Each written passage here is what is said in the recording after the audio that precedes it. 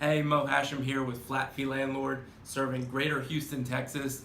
Real quick, in this video, I want to go over the top 5 mistakes that I see landlords and investors make when they rent out their property or really throughout the entire rental process. So the first biggest mistake I see renters and investors make is that they don't run the numbers properly when they're first purchasing the property that they want to rent out. Okay, so when you're out and you're shopping for property and you want to become a real estate investor, a lot of times you're only looking at the appreciation side or just the cash flow side, or you're really not looking at anything at all and you just want to own property because that's what everybody else is doing. Okay, so what you want to make sure you're doing as a real estate investor or a landlord, you want to make sure that the numbers add up and they fit the goals that you're looking for. If you're looking for a certain cash on cash return, you want to obviously focus on the cash flow of that property.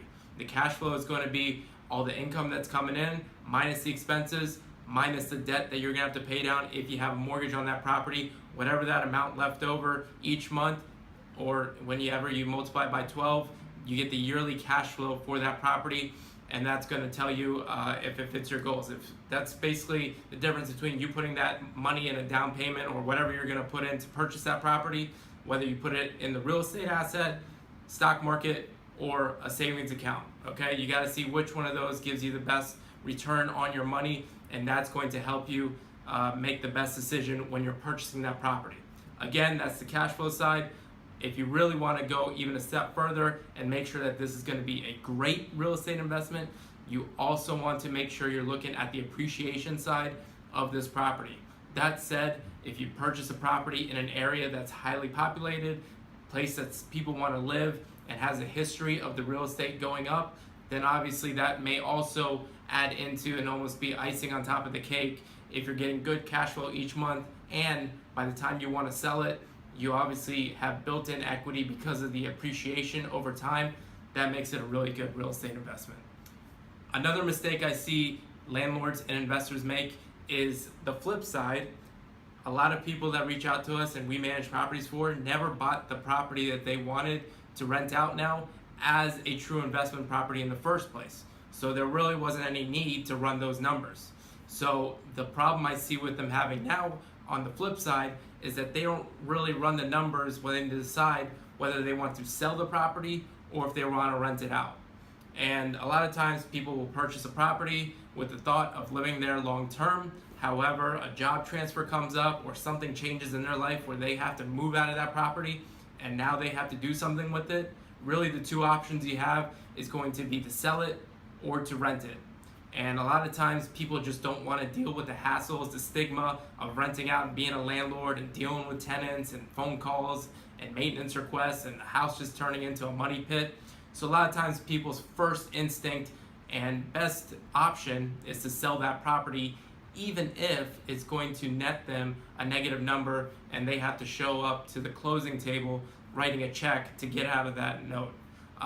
You really also need to make sure you run the numbers on the rental side, because rents are higher these days. If you are able to rent out that property for a good amount to cover your mortgage each month and maybe even make you a little bit more, then that might be the route to go. You may want to rent it out for a few months or a few years, and after a few years, if you want to sell it at that point, now you may also have some built-in equity over appreciation, and then at that point you could sell and not only not lose money, but either break even or even make some money down the road. So that leads me into the third problem I usually see real estate investors and landlords make, and that is that they're short-sighted and they lack long-term thinking. Listen, real estate is a long-term asset. It's not stocks, okay? Stocks you can buy and sell, within an hour or even a few minutes, okay? Real estate is a long-term asset. People purchase real estate and hold on to it for a long period of time and allow appreciation to work its magic, okay? So that said, a lot of the thoughts that you have when it comes to owning a property, again, whether you became an accidental landlord or you intended on it in the first place, you gotta make decisions based on the long term. So if there's a pretty expensive expense that comes up on your property, a repair, a capital expenditure that you want to keep pushing off and just putting band-aids over, that could come back to haunt you down the road, okay? You gotta look at obviously the short-term ramifications if you decide to put it off, as well as long-term, how that's going to affect your investment property. On the flip side, you also need to make sure you're looking at how you're treating your tenant, which leads me into the next biggest problem I see investors and landlords make, and is that they don't treat their property as a true business. Okay, whether you decided to get into business or not, the minute you decide to rent out your property as an investor or a landlord, you decided to open up a business, whether you know it or not. Okay, so basically what you're doing is you're offering a product, which is the investment property, as to somebody else for a fee. Okay, just like any business, you offer a product and somebody pays you for access or to have that product. So whenever you have renters and they're paying you rent each month, again, you're a business, you're bringing in income, and with that income, you're also probably gonna have to deal with some expenses as well as customer and tenant issues, okay? So that said, you gotta make very sound financial and business decisions when you are a landlord or real estate investor. That said, going back to the first few problems, run the numbers. You also have to make sure you look long-sighted. There may be a tenant request or issue that may cost you some money up front.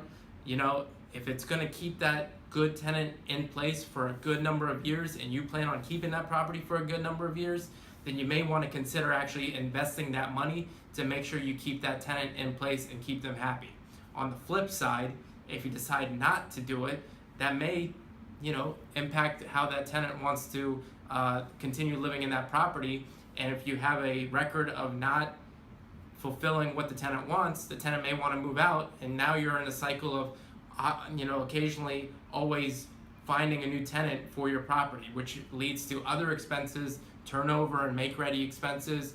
You're also going to have vacancy rate where there's going to be periods of time where nobody's living in the property in between tenants, and that's another cost that you don't even see. So it can be very costly. So any decision you make, run it like a business, treat it as if this was your business, and make sound business decisions. See landlords and investors make, which to me is near and dear to my heart. It's to me what I call the most important part of the whole rental process, is that you don't put enough time, effort, money, energy, resources, and homework into finding a good tenant if you do decide to rent out your property. All right, to me, tenant placement, finding the perfect tenant to rent out your property is single-handedly the most important part of the entire rental process.